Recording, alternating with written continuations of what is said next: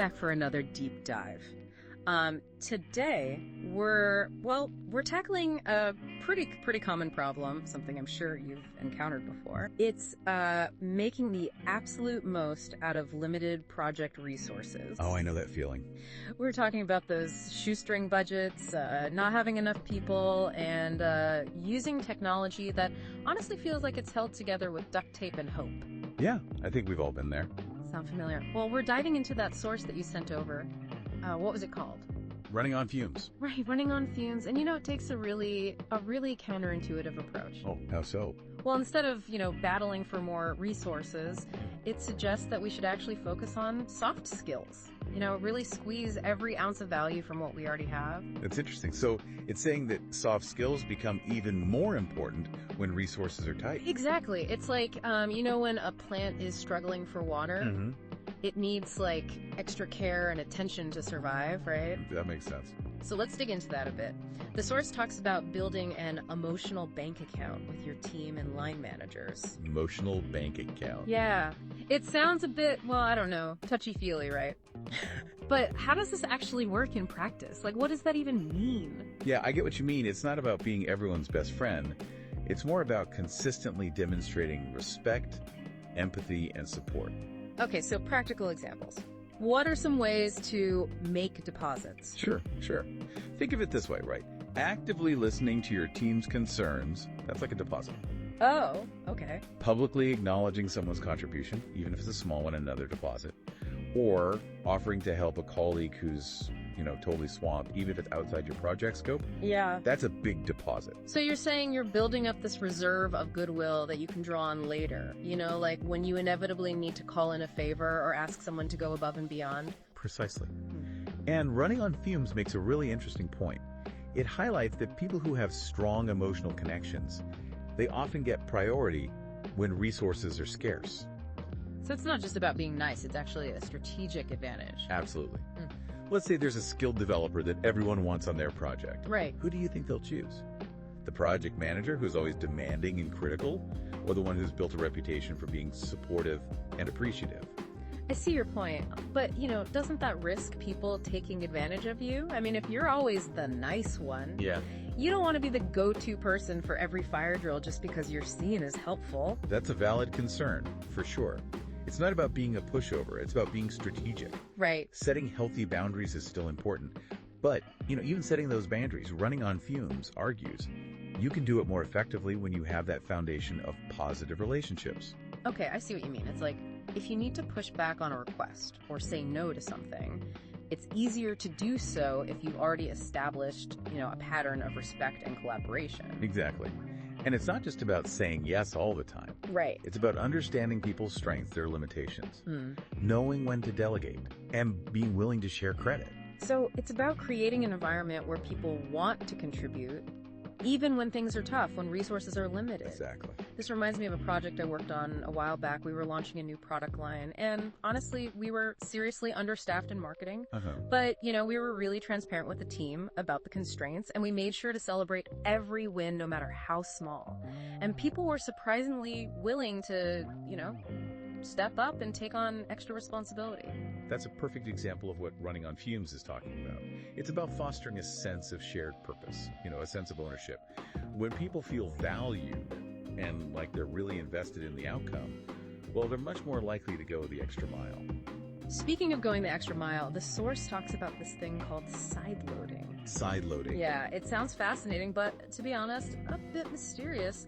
What exactly is sideloading? So sideloading is essentially attracting more time and effort from resources than was originally allocated. Oh, okay. It's almost like a bonus, but not because of, formal requests or more budget.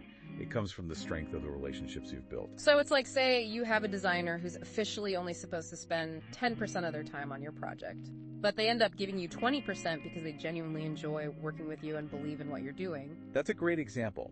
And here's the ironic part. Running on fumes actually suggests that the tighter the resources are, the more effective this soft skill approach becomes. It's like, while everyone else is complaining and demanding more, you're quietly building these relationships that make people want to work on your project. Yeah, exactly. It's almost like you become this, haven of sanity amidst all the resource chaos. And people are drawn to that positive energy and collaborative spirit you've cultivated. Precisely. And it's not just about, individual contributors. Oh, right. The source also talks about extending this approach to your suppliers. Right. Because, they're often the unsung heroes of projects, but often they're also the ones we squeeze the hardest when we're, low on resources. Yeah. Running on Fumes talks about treating suppliers as if they're an extension of your team. How do you actually do that in practice? Well, it starts with truly understanding your supply chain. Okay. And not just, who provides what, but also understanding their strengths, their weaknesses, their dependencies, and their potential risks. Makes sense. It's about asking questions, listening to their concerns, and working collaboratively. Finding solutions that benefit both parties. So, for example, instead of just demanding a faster delivery time, you would take the time to understand, the supplier's current workload, their production capacity, and any potential bottlenecks they might be facing. Exactly. And by doing that, you might find ways to streamline the process, adjust your own timelines, maybe even find alternative solutions you hadn't thought of before. It's about building that trust and mutual respect so that when challenges come up, you can work together to overcome them. Okay, so we've talked about building these emotional bank accounts with your team and suppliers, but Running on Fumes also mentions this idea of supply chain intelligence. Yes. Which feels, especially in today's world, really important. It is. It's about going beyond just knowing who your suppliers are. Mm-hmm. It's about understanding the details of how they operate. What are their lead times? What are their dependencies on other suppliers? What are their potential vulnerabilities? It's like having X-ray vision into your supply chain, so you can anticipate and mitigate those disruptions. So it's like having a backup generator for your project. Mm-hmm. When the power goes out, we're not left scrambling in the dark. You've already thought about the potential outage and you have a plan. That's a great analogy. Yeah. Running on Fumes argues that having this deep knowledge of your supply chain gives you a huge advantage when resources are scarce. Mm-hmm. Let's say, for example, there's a sudden shortage of a critical component. Right. Who do you think is more likely to get prioritized? The project manager, who's always badgering their supplier, or the one who has taken the time to understand their constraints to build that strong collaborative relationship? Right. It's like you're not just placing an order, you're becoming a partner. Yeah. You're investing in the relationship, and, that investment pays off when things get tough. Exactly. Yeah. And this all ties back to that theme of resilience we were talking about earlier. Resource constraints can be so stressful, but by fostering those strong connections, you're not just building resilience for yourself, you're building resilience for your whole team. Mm-hmm. You're creating a web of support to help everyone, weather the storms. I love that image of a web of support. And it's not just about surviving the tough times. What? It's about actually thriving. The source even suggests that these strong connections can actually lead to higher quality work. How does that work? Well, when people feel valued and respected and supported, they're more likely to, take pride in their work. Yeah. And to go the extra mile to make sure it meets those high standards. It's like they're not just completing tasks, they're investing a part of themselves in the project. And when you have that level of engagement across the board, from your team to your suppliers, it creates this positive momentum that drives the project forward. Even when resources are tight, it's almost like turning those limitations into strengths. It is. It's about shifting your mindset, Mm-hmm. from scarcity to abundance, from constraint to possibility. Mm-hmm. Running on Fumes suggests that, we often have more resources than we think we do, but we're not using them effectively. Because we're so focused on what we don't have. Exactly. So instead of fighting for more, we should be focusing on making the most of what we already have. Precisely. And that starts with recognizing that, our most valuable assets aren't always tangible things. It's the relationships. Yes. It's the relationships we build, the connections we foster, and the shared sense of purpose that we create. This has been a really, really eye-opening look at how to navigate these limited project resources. I feel like we've, just scratched the surface of what's possible when we shift our focus from demanding more to optimizing what we already have. But before we go too far down that path, I'm curious to hear a little bit more about this idea of less is sometimes more. How does that play out in practice? Well, Running on Fumes makes this point that when you have those strong relationships and open communication, you often find hidden efficiencies. Start to see where maybe you can streamline some processes. Yeah. Or consolidate some tasks or use resources more effectively. So it's less about doing more with less and more about doing better with less. Exactly. It's about, really being mindful of every hour you spend, every dollar, every piece of equipment, making sure it's being used in a way that has, the biggest impact. It's about being efficient. Yes. And running on fumes really encourages us to challenge this assumption that more resources automatically equal better results. Sometimes having fewer resources forces you to be more creative. Oh, interesting. More collaborative and more strategic in how you approach the work. It kind of reminds me of that saying, necessity is the mother of invention. Oh, absolutely. When you're forced to work with constraints, you often come up with solutions that you wouldn't have even considered if you had unlimited resources. That's a great point. And that's where those soft skills we talked about earlier, they become even more crucial. When you have a team that's really aligned, that's engaged and empowered, you can achieve some remarkable results, even with, seemingly limited resources. It's like, imagine a sculptor working with just a small piece of clay. Okay, yeah. They have to be incredibly precise, intentional with every movement to bring their vision to life. That's a great analogy, and it highlights that this whole less is more idea, it's not just about cutting back, right? No. It's about focusing on what truly matters. It's about having the right people in the right roles at the right time, and creating that environment where everyone feels valued and like their contributions are recognized. You hit the nail on the head. Running on fumes reminds us that people are inherently motivated to do good work. Right. They want to be part of something meaningful, something bigger than themselves. Yeah. And they want to feel like their contributions are making a difference.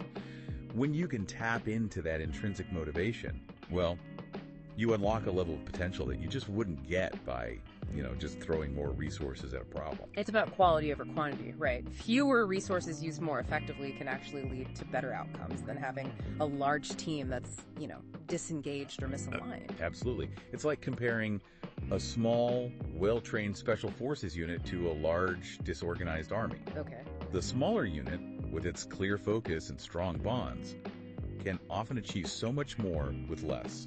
So running on fumes is really challenging us to rethink our assumptions about resources. It's not just about having more, it's about using what we have wisely, effectively, and with a clear purpose. That's exactly right. It's about recognizing that limitations, they don't have to be obstacles. They can actually be opportunities. Opportunities for what? Opportunities for growth, for innovation, for deeper connection. Remember those emotional bank accounts we were talking about? This is where those investments really pay off. When you've taken the time to build those strong relationships, you've got a network of people you can rely on when things get tough. Right. You have people who are willing to go the extra mile, to brainstorm creative solutions, to offer support and encouragement when you need it most. It's like you've built this safety net that can catch you when you stumble. Yeah, exactly. And it's not just about getting things done. It's about creating a more positive, more fulfilling work experience, even when you're facing challenges. Absolutely. And that's why this message is so relevant, especially today. We're constantly being told to do more with less. Right. But running on fumes reminds us that we don't have to sacrifice our well-being. We don't have to sacrifice our relationships on the altar of productivity. So for someone listening to this and they're feeling that pressure, feeling overwhelmed by resource constraints, where should they even begin? What are some practical steps they can take to apply these insights? Well, I think the first step is to really, take this message to heart. It's not about what you have, it's about how you use it. Okay. Shift your focus, from complaining about what you lack to making the most of what you've got. Start by looking at your existing resources, your team, your suppliers, your budget, your time. How can you optimize each of those?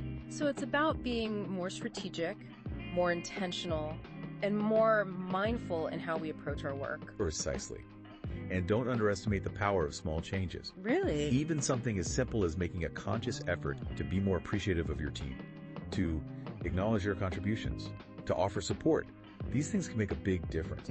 Remember, every interaction is a chance to make a deposit into that emotional bank account. And on the flip side, being mindful of how you're spending your time, setting boundaries. Yes. Saying no to things that drain your energy or don't align with your goals. That can free up so many valuable resources that you can then reinvest in the things that really matter. Absolutely. It's about taking control of your own energy, your attention. and directing it towards the things that have the biggest impact. This has been such an insightful conversation. Running on fumes has really given us, a whole new perspective on how to navigate the challenges of limited project resources. It has. It's not just about surviving, it's about thriving. It's about recognizing that even when we feel like we're, running on empty, we can still achieve incredible results if we focus on the things that truly matter. Our relationships, our well-being, and our shared sense of purpose. And let's not forget the importance of continuous learning. Always improving. Oh, right. Experiment with those different time management techniques. Explore new ways to collaborate with your team and your suppliers. And never stop seeking out opportunities to grow, to expand your skill set. It's about embracing the journey, right? It is. And remembering that even when the road gets a little bumpy, there's always something to learn, something to celebrate, and something to look forward to. Well said. Well, that's it for our deep dive into running on fumes. Thanks for joining us. Until next time, keep learning, keep growing, and keep pushing the boundaries of what's possible, even when you feel like you're running on fumes. It asks, think back to the projects where you felt the most supported, the most productive, the most successful, those projects where everything just clicked. And then it asks us to consider, what role did relationships actually play in those successes? What do you think? Does that resonate with you at all? It really does, yeah. I think we all have those projects we look back on with a sense of, accomplishment and even fondness. And if you really think about what made those projects so special, so great, it often comes down to the people, the people involved and the quality of those relationships. So it wasn't necessarily like the projects with the biggest budgets or the most resources that were the most rewarding. Right. It was the ones where you had that strong sense of connection, that shared purpose. Exactly. That's exactly what running on fumes is getting at. It's reminding us that the human element, it's really at the heart of every successful project. Of course, resources matter, but it's how we leverage those resources, how we connect with each other, how we support each other, how we inspire each other. That's what ultimately determines the outcome. That's a really powerful insight. And the source challenges us to kind of take that a step further by asking, how can we apply these insights to the challenges that we're facing right now? Because let's face it, we all run into resource constraints at some point. Yeah, for sure. It's kind of inevitable. It's just part of the territory of project management, right? But what running on fumes is suggesting is that we actually have more control over that situation than we realize. Oh, okay. Instead of just, accepting those limitations, we can actually choose to see them as opportunities. Opportunities for what? I mean, how can a limitation be an opportunity? Well, opportunities for growth, for innovation, for connection. Remember those emotional bank accounts we were talking about? This is where those investments pay off. When you've taken the time to build those strong relationships, well, you got a network of people you can rely on when things get tough. You have people who are willing to go the extra mile, brainstorm creative solutions, offer support and encouragement when you need it most. So it's like you've built this safety net that can catch you if you stumble a bit. And it's not just about, getting things done right. It's about creating a more positive, more fulfilling work experience, even when you're facing all those inevitable challenges. Exactly. And that's why this message is so important, especially in today's world, where we're constantly being told to, do more with less, to push harder, to be more efficient.